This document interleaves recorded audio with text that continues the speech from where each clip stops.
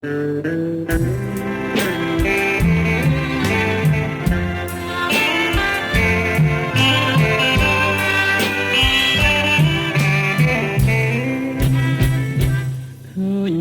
ោលលុកពោត្រជាងអង្ចាដូចរូបជីវ៉ាដែលធ្លាប់មេត្តាប្រណីនោមច្របាច់គួងភ្លេចខ្នងប្រឡាយនឹងប្តីអរគុណជាផ្កាព្រៃតើថ្ងៃបាត់ទៅទីណាមកពេជ្រនឹងមាសប្រាំងរាប់រយម៉ឺនលានសូមបដូរជាទៀនក៏ព្រាពុំបានហាត់ថាអងរឹងធ្លាប់ដេកអមរែកធ្លាប់តាំងផលឡាឆ្នាំងស្ដាប់សួរថាតើត្រជាវាបាត់ទៅណាអីលើតាវិចាសួរបង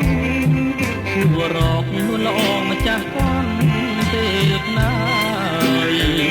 នោមកែព្រមមានម្ចាស់អើយទៅណាហើយប្រលឹងបងអើយបងតែនរងទំនួញហ្គីតាចរចាប្រាប់ត្រប់បាយលឹងណែដូចសូបាន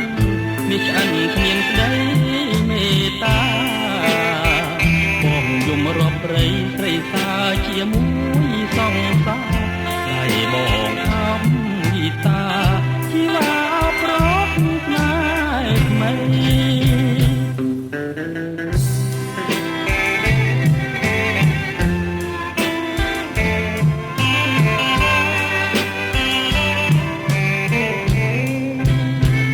ឃើញស្រមោ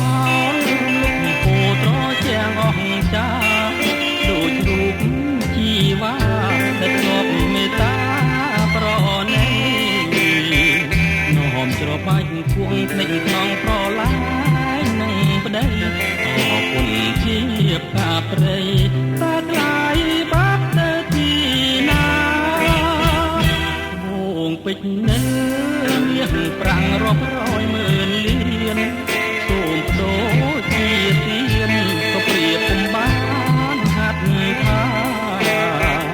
អងរឹងធ្លាប់ដេកអមរែកធ្លាប់តាំងផលឡាចាំឆ្នាំងស្ដាប់សួរថាតើត្រជីវ៉ាបាត់ទៅណា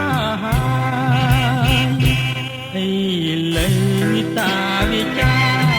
សួរបង